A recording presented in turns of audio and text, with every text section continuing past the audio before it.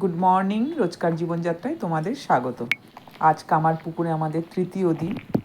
এখন আমরা মঙ্গল আরতি দেখার জন্য যাচ্ছি।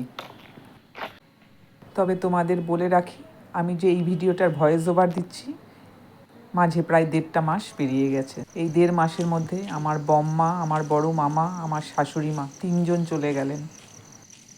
আজকে আমরা কামার পুকুর থেকে চলে যাব।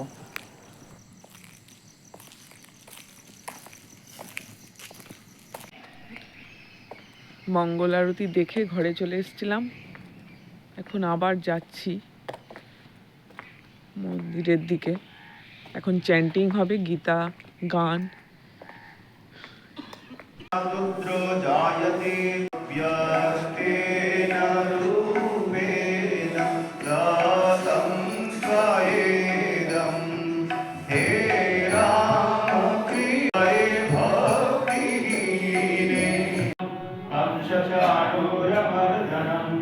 देवकी परमानन्दं कृष्णं वन्दे जगद्गुरुम् अथ अष्टादशोऽध्यायः श्रीभगवानुवाच बुद्ध्या ব্রেকফাস্ট করে বেরিয়ে এলাম, এখন রেডি হব।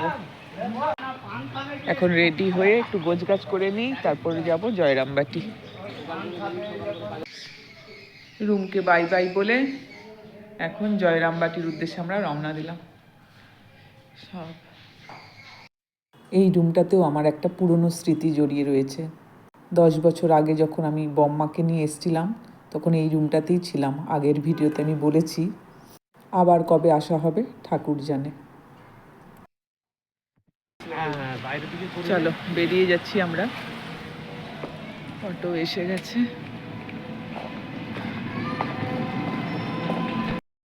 2 দিনের কত স্মৃতি নিয়ে আমরা বেরিয়ে পড়লাম।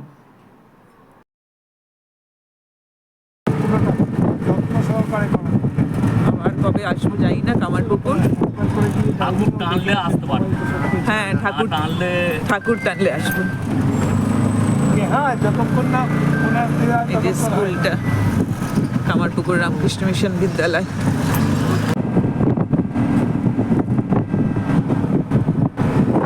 এটা কোন জায়গা দাদা? বাঁকুড়া শুরু হয়ে গেল। শুরু হয়েছে ওই খালটা থেকে। বাঁকুড়া। খাল দিয়ে কোথায়? হ্যাঁ, বাঁকুড়া। একটা জিনিস মোটামুটি প্রায়ই আছে, খালটা ওই একটা করে জলা এসে আচ্ছা আচ্ছা। এই পিয়ারলেস। চলুন দেখি ওই জায়গাটা ঢুকতে দেয় কি জয়রামবাটি মানে কি আমার সামনে বলছিল যে অটো ভেতরে আসে। 10 মিনিটের মধ্যে পৌঁছে গেলাম। অটো বারণ করে দিচ্ছে ওখানে। পৌঁছে গেলাম আমরা জয়রামবাটিতে।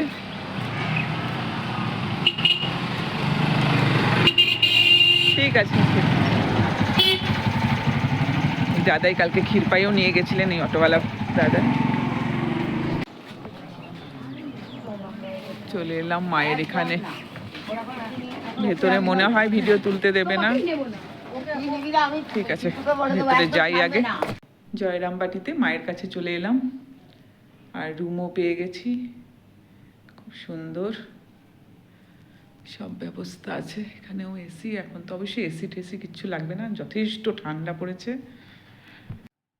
আমরা রুমে সব জিনিসপত্র রেখে ফ্রেশ হয়ে সামনেই একটা মন্দির, সেটা দর্শন করতে গেছি।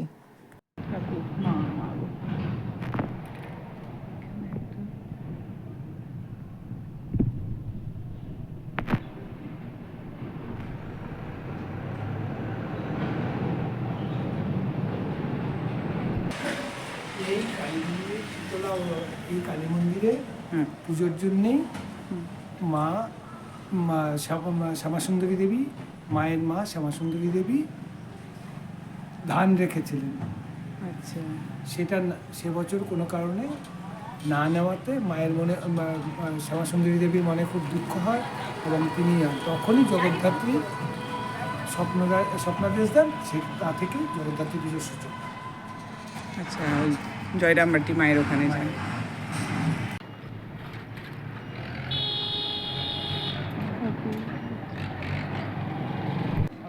এটা হচ্ছে মায়ের নতুন বাড়ি, নতুন বাড়ি নামে পরিচিত।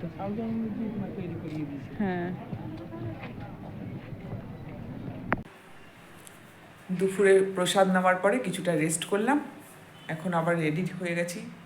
এখন দেখি বাইরে কোথায় যাই, যদি বাইরে যাই তবে তো ভিডিও নিতে পারবো, আর মন্দিরের ভেতরে যদি থাকি তাহলে কোনো ভিডিও নেওয়া যাবে না, তাই তোমাদের মনে হয় দেখাতে পারবো না ভিডিও।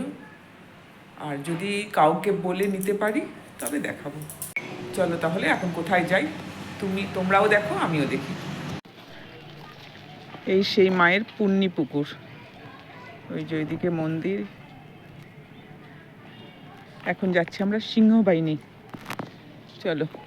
এই ঘরগুলো দেখতে খুব ভালো লাগে, থাকতে অসুবিধা নিশ্চয়ই, দেখতে খুব সুন্দর লাগে। সেই পুরনো, এখনো কামারপুকুর জয়রামবাটিতে এরকম ঘর দেখা যায়।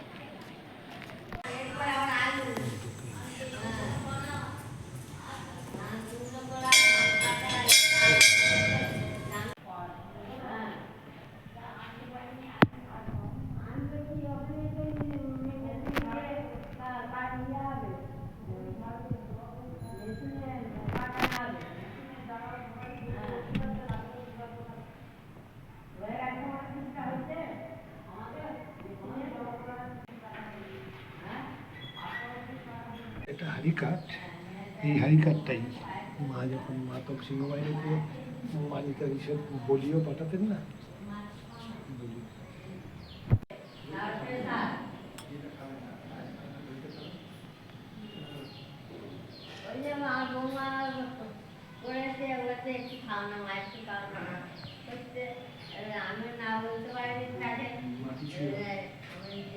সিংহবাহিনীর মন্দির। এন্ট্রি করেছিল এই রাস্তাটা, মেন রোডটা যেটা আগে গিয়ে সামনে গিয়ে এবার আরতি শুরু হবে। যাই, সন্ধ্যা হয়ে এসছে না ঠিক মতো নিয়ে আসছে, আর গাছের জন্য মন্দিরের চূড়াও ঠিক মতন দেখানো যাচ্ছে না। জানতে চাইছি মায়ের বাসস্থান ওই যে এখানে। লালচে আবার আরতির পর বাইরেটা একটু আবার ঘুরতে এলাম। খুব সুন্দর সুন্দর সব দোকান হয়েছে, ফুটপাতের দোকানের সাথে সাথে বড় বড় দোকানও রয়েছে।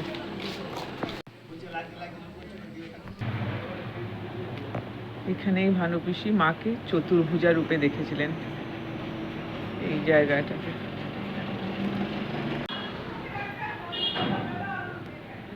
ছোট্ট একটা মনে হয় ঘর ছিল। ঘুরতে ঘুরতে এলাম মায়ের ঘাটের কাছে। মা এখানে তার ভাইদের সাথে দল ঘাস কাটতে আসতেন।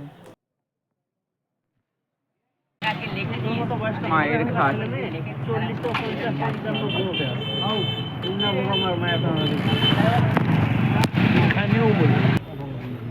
ভীষণ বড় কিন্তু না, দিনের বেলা আসতে হবে। পেয়ে যাবে এবার থেকে লাইটটা।